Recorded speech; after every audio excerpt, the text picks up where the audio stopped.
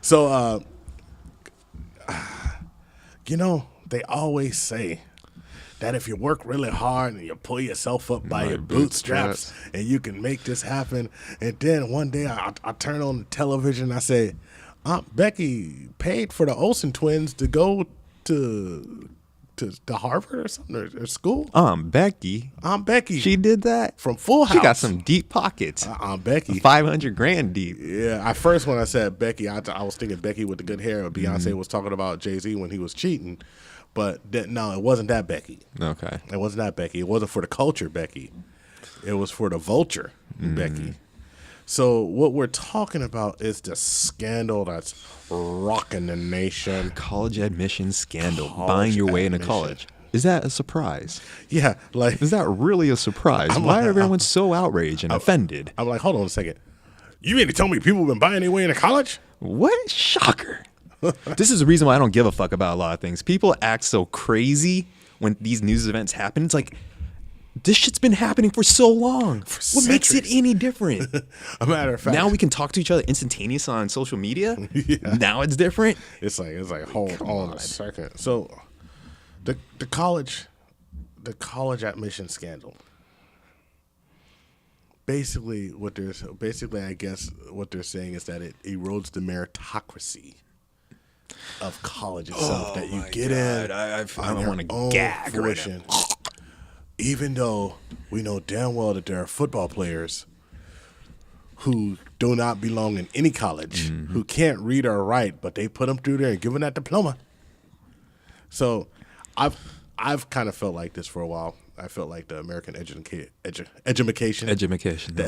system. I feel like there's a lot of scams going on in it, and the exorbitant prices to just even attend college. Right.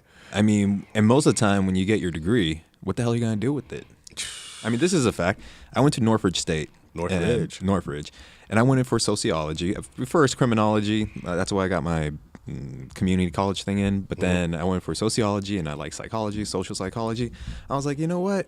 I can make a bigger difference spreading my message and practicing what I preach by doing a social media dynamic like this. Right. Instead of attending college. Yeah, of course, college would help. But at the same time, it's like, why do I want to put myself in that kind of debt when I can be doing what I want to do with learning that type of curriculum, social psychology, by influencing other people? Right. Like what? Go work a 9-to-5 type of job and not do what my degree was in? Yeah. Like, it doesn't make any sense. Well, I mean, you were telling me something interesting. It actually disturbed me where you said that your instructor gave like a hierarchy of schools. And I think that's what kind of like made me just really second guess. Like, she said, basically, I have to look at my notes here, that state college graduates would become employees. UC private schools would become the managers or work in the corporate office. And the Ivy Leagues would be like the bosses of the bosses. So, like, I started thinking, what? That doesn't sound fun. So what kind of difference am I going to make if I'm going to listen to someone way on top and I can't promote a message that I want to promote? I got to promote their message. So did anybody say, what school did you go to? I think she went to probably like a school in China somewhere. Yeah. I can't remember. No, she didn't. Anyway. So anybody who says something like, first of all, you dream crushing bitch. You're in state school. You're just going to work for somebody. It's like, fuck you in the face. But so you say something like that. Basically, it's the same thing. When I hear that, I hear people who used to tell people of color, well, why don't you just work really hard and be a janitor or a bus driver? A janitor and a bus driver is a really good job for somebody like you. Because you're in this situation. They want you to aim low. Yeah, it's like okay, so how many people dropped out of college after 1 year and created a company? Many. Yeah, how many? I know somebody who went to like Central Wyoming or something like that, and they were assistant city manager. So, and you told me that they were also. The people that they were watching over went to Ivy League schools and private schools. Went to Stanford, went to Berkeley, went to UCLA, went to USC. All of these big schools. So whenever I hear something like that, I say, first of all, you have absolutely zero idea of what the world really is outside of this country. And this is the problem with a lot of things that happen in the United States is that we're such a large country that we think, well, this is the way it's going to be anyway.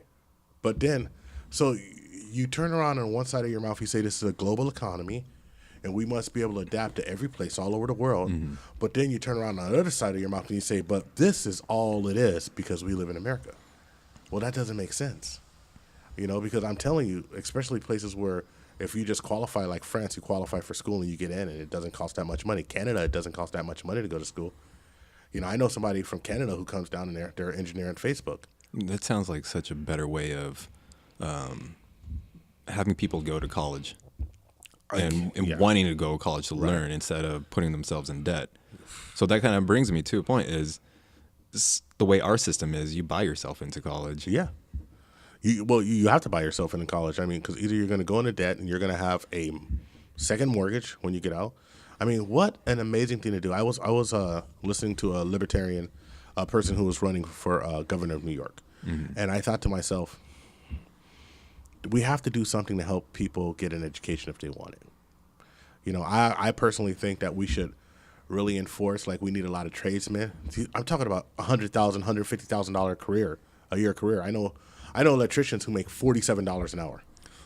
That's great money, and not everybody is meant to go to college. But also, you turn around and he said, well, I could go for having a voucher program.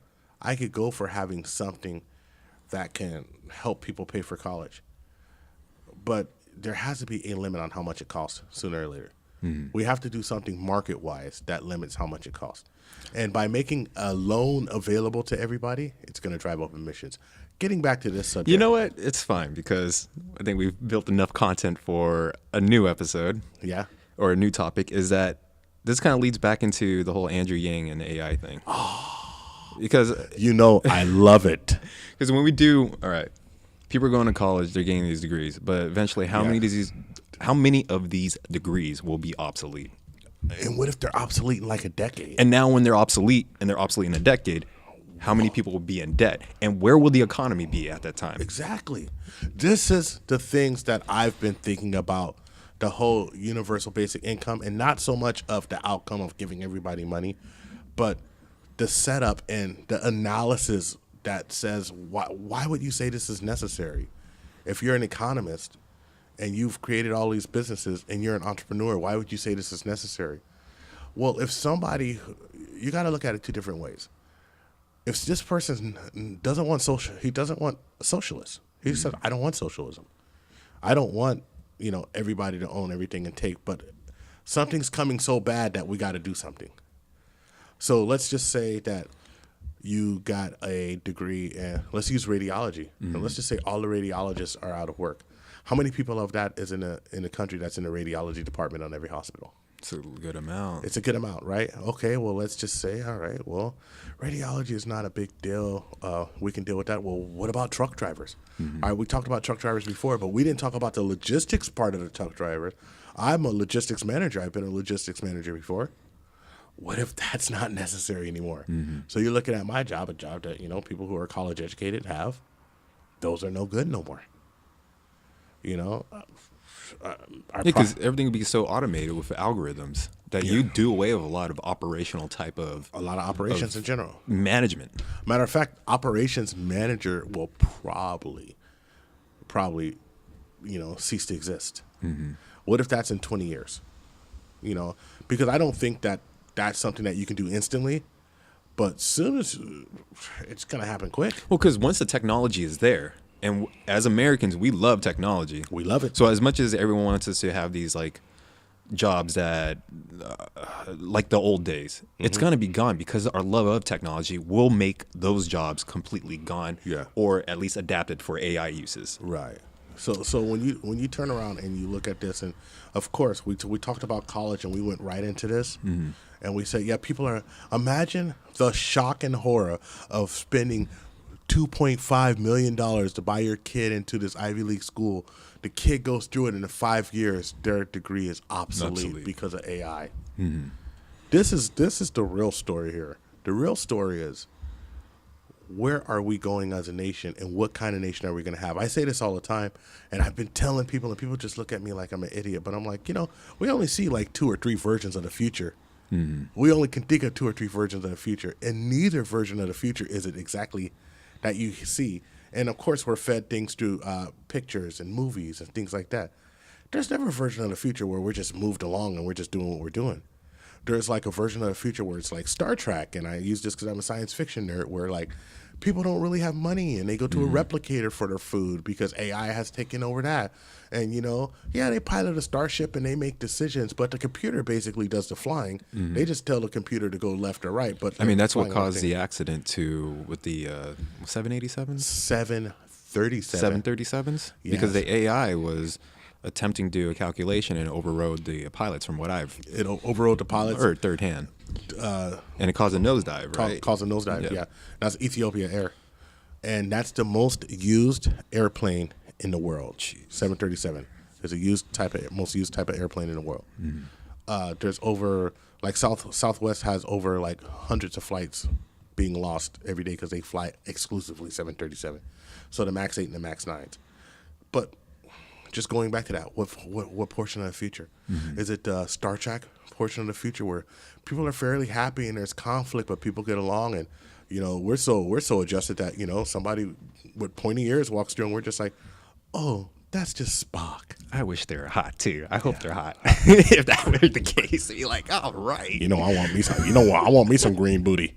But the gender population exploded. But then you turn around. What if it's like Blade Runner, dude? You seen how Blade Runner looked, right? Blade Runner was like apocalyptic. Things are falling down. People are eating like noodles on the street and barely getting money, or like The Fifth Element or something like that. Or even worse, what if it looks like Mad Max? That's some crazy.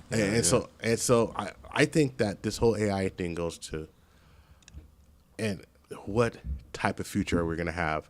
And we need to make the choice now. We need to understand now. I think that's what Andrew Yang's trying to say. So let me ask you this question then. Go on. So our first video about Andrew Yang, Yeah, got a few, like, it's not like saying we got a bunch of dislikes, but it's our lowest like to dislike ratio. I think we had like 4 dislikes and 1 like. I mean, it's not big, but hater in the house. I swear that video has gotten so many reactions, and I believe that most people didn't even really watch the video to hear our commentary on it. Of course, because they listened to our commentary on it. It wasn't supporting it, and it wasn't not supporting it. It was like, okay, so where is this going? How will this develop? So how come people get so emotionally reactive when they hear something of a socialist nature? And we're not even saying, let's make the whole system into a socialist. No. We're introducing a thought of a socialist theory. Well, people love socialism, first of all. They just can't admit it. Because there's not one person who says, well, I don't want a police force. I want a private police force. But that's the thing, though. It's like, but okay, Jordan Peterson fans or Ben Shapiro, they would not like this. Well, that I would think. I mean, I'm sorry to assume, but I watch a lot of Ben Shapiro and Jordan Peterson. Amazingly enough, Tucker Carlson really agreed with Andrew Yang's analysis. And Fox News. On Fox News, he really agreed with that. By the way, my dad loves to watch Fox all the time, so I don't have any. I don't take no sides. Dad watching Fox right now. Dad's like, forget this happiness podcast stuff. What's Fox saying? But but here's the thing. I asked somebody once before. I said, "Can you define socialism?" And he said, "Well, that's the problem. Socialists won't define it." And I was like, "So you don't know what it is?" So here's the definition and the difference between socialism, communism, and capitalism. It's really simple. The whole economic system under it is not simple. You're making it very black and white too, because it looks different depending on cultural context and government and all that. But just the definition is actually a little simple, right? In a communist government, the government owns the factory. That's it. The government owns the factory. You go to work, the government keeps all the profits. The government keeps everything. In a socialist government, the people own the factory. All of the people own the factory, meaning that if we worked in the factory together and the factory made $200, everybody would get a little piece of $200.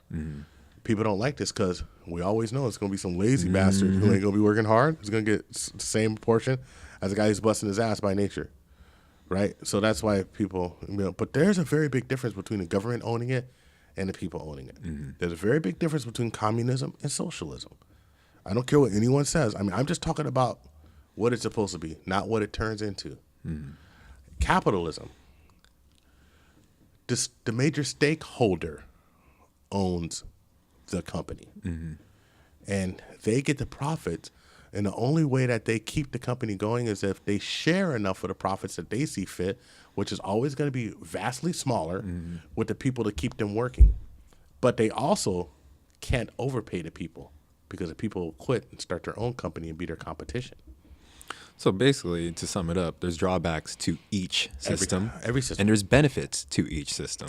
So my whole thing is, why can't we take the best of each one and just see how it works? I mean, that's only, you apply it and you see how it works. Scott, then you change it up. You got to stop being logical. You can't get in arguments. You think this is logical? This is very emotional for me right now. It gets me pissed. It's pretty good. Dude, hold on. There's a vein popping out in your forehead. This is awesome. No, but that's a very logical, rational thing. Saying, hold on a second. When I go and I watch something, right, and I watch a mixed martial arts fight, I don't say, well, this guy, only thing he does is arm locks. He does arm bars. That's all he does, and he tries to win. No, you say, wow, he took this footwork from this person. He took kicks from Muay Thai. He took hands from boxing. He took clinch from wrestling. He took clinch from Muay Thai. He took the ground skills of BJJ. He took the top game from catch wrestling. He put that all together into one person. He even had some judo throws in there. And this is the perfect fighter. And what you're saying is that, well, why don't we take this and here, experiment with this. And Bruce Lee MMA that shit, dude. And make the better system. And the answer is that people only change on the precipice of destruction. So I think that Andrew Yang doing this analysis, what he's saying is that bad things are coming. Hold up. Andrew Yang analysis on the situation. Battery. Oh, we're holding the Andrew Yang situation because the battery must be changed. The greatest thing about the battery being changed is that Scott is one of the amazing battery changing people in the history of battery changers. A matter of fact, you never know when you're going to need another battery. But you know you're going to need a Scott. Just the thing now. Wait. Okay. Can you hear? Yeah. The thing that I like so much about Andrew Yang's analysis was that, like, he's ringing the alarm. He's saying, like, look what's going on. This is why the suicide rate's up. This is why the opioid abuse is up. Right? These are my opinions. But do people even really know that's happening? Are they kind of seeing it indirectly, and they're feeling it subconsciously? They're feeling it. They're feeling it. They're seeing it. They're really feeling it in the Rust Belt.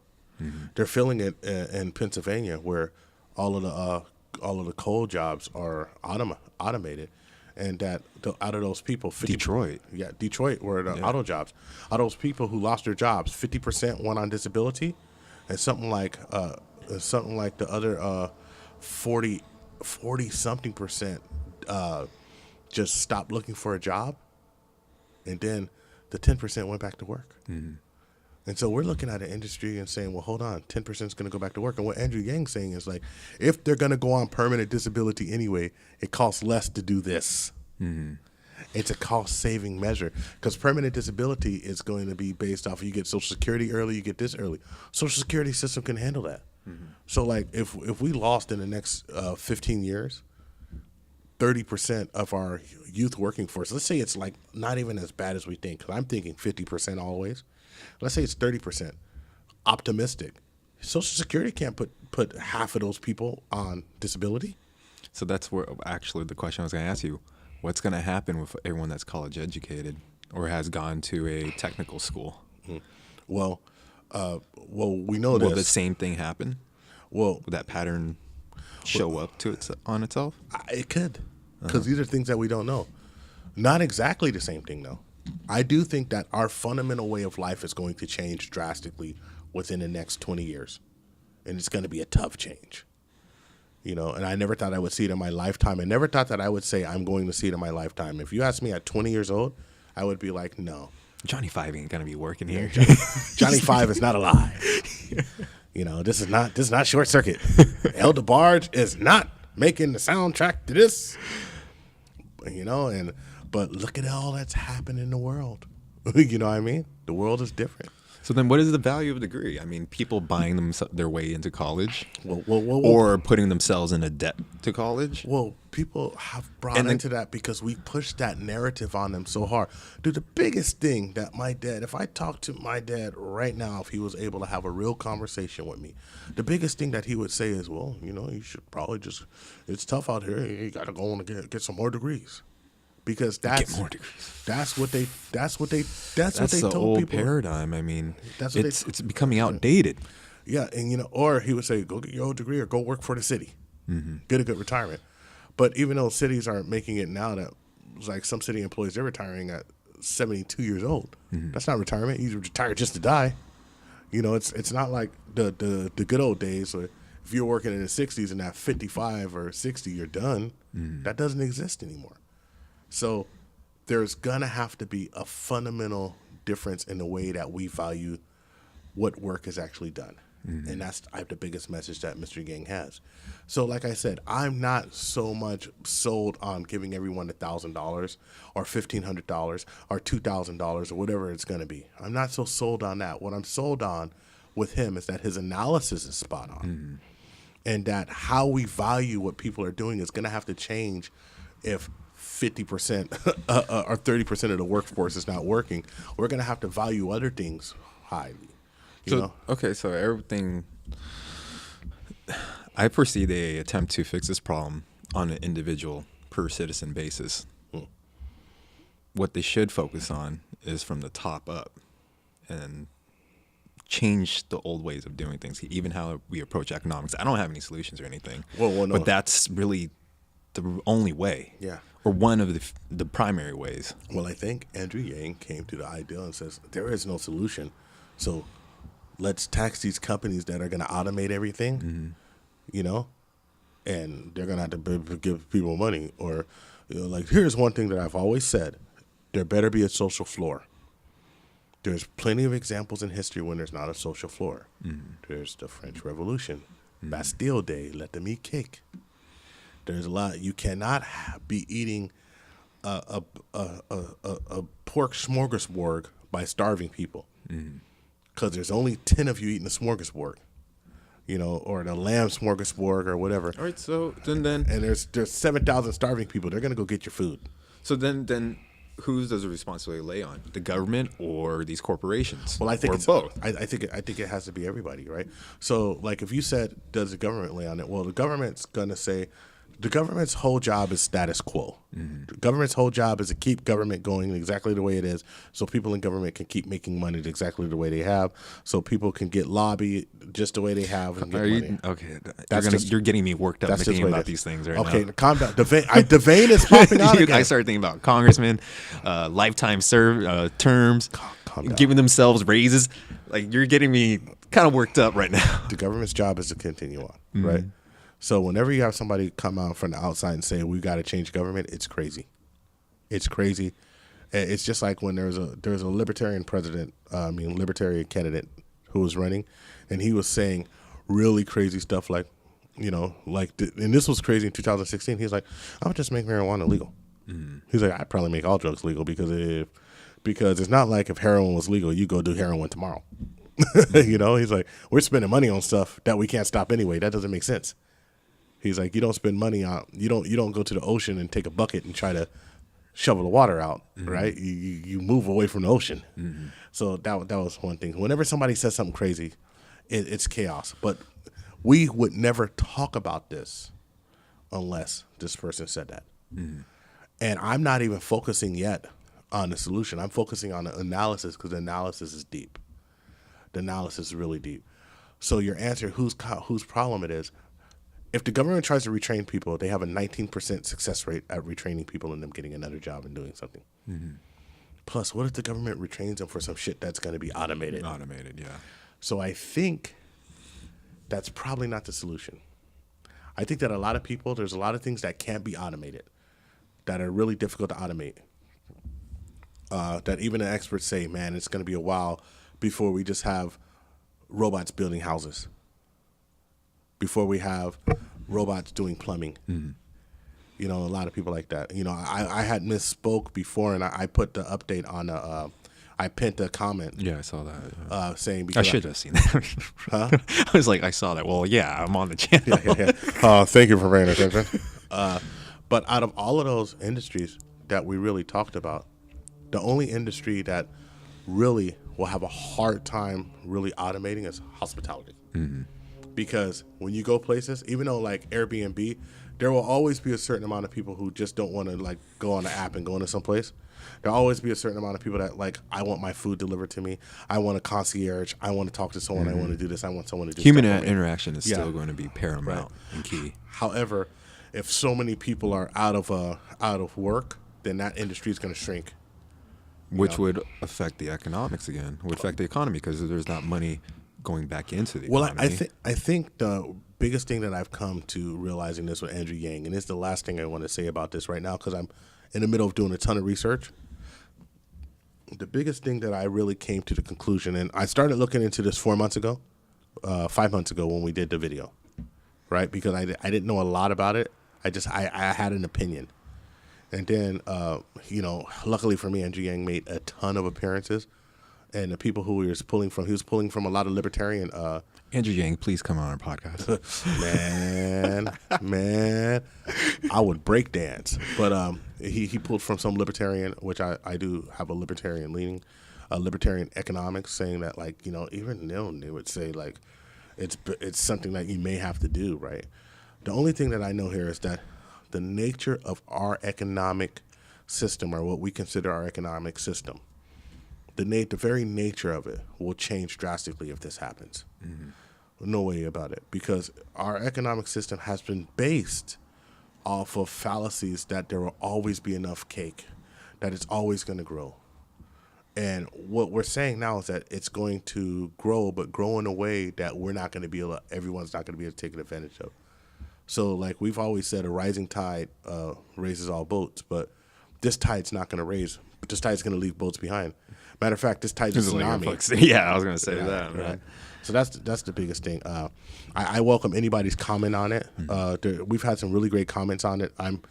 I'm putting together probably in about a month or two. I want to put together just a show about comments and really acknowledge like people like Pang's Farm, who comments on every single video, but also people that like have no idea. Like there's a guy who I think he's from Ghana who commented on one of the videos, and he made a comment about universal basic income, and I was like, really, like from Ghana.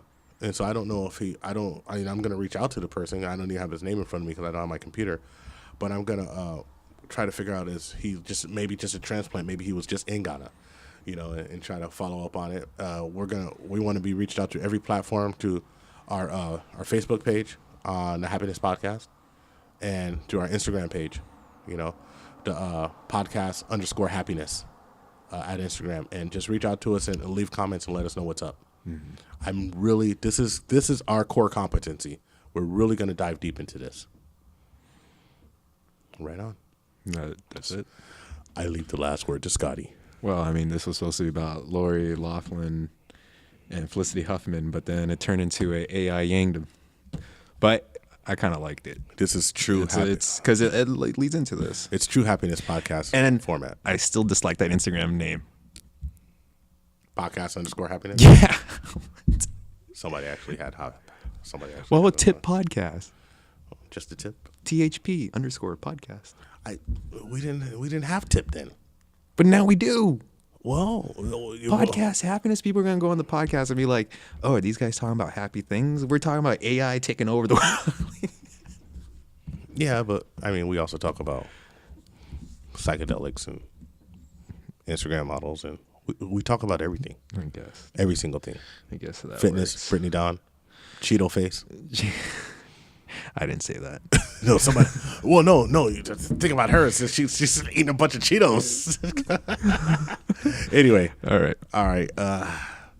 Let's see. What was the new one? Oh, yeah. Can you handle the tip? Can you handle the tip? Can you handle the tip? Put it in your mouth. Oh, wow. Boom.